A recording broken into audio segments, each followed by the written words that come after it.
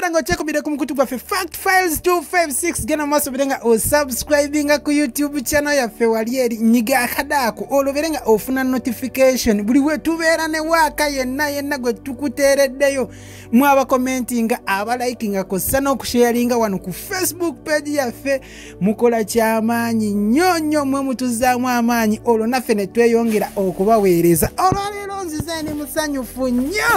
nzize ni musanyufu nnyo message zibadde ziyitiridde nga bambuuza amasimu gatukubirwa batubuuza nti bannange Bobi Wine people power atagisuddewo people power agitulekedde omusajja bulijjo atugamba ti people power si yange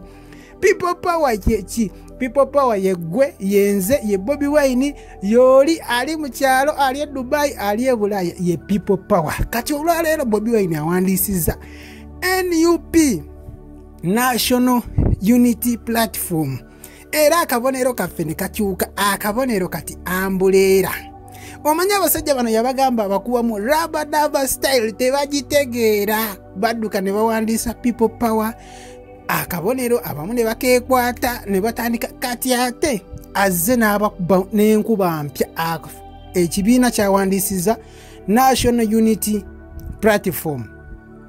nti ekibiina Honorable Kyagulanyi mwagenda okuva okujja mu people power kuba mu people power era tuyinamu abantu aba NRM tuyinamu aba FDC tuyinamu aba DP tuyinamu aba buli kibiina nti bajja ne tukuŋŋaanira wamu nga people power kati ne Bobi Wine ayina wagenda okusinziira kuba teri president yali alidde bwa president nga talina kyebiina kyavaamu mu nsi yonna okujjako ngo yawamba buwambi newe kibanga kya democracy ayina okuba n'ekibiina kyavaamu kati ne Bobi Wine president wa faddako afunye ekibiina mwagenda okuva people power ekyaliwo kati ne akakyuseemu nti akabonero akagenda okulabikira ku ballot paper ye ambuleera n'ekibiina Honorable Kyagulanyi mwava nakyo kiikyo NUP people power ekyaliwo Bobi Wine akyaliwo ne NUP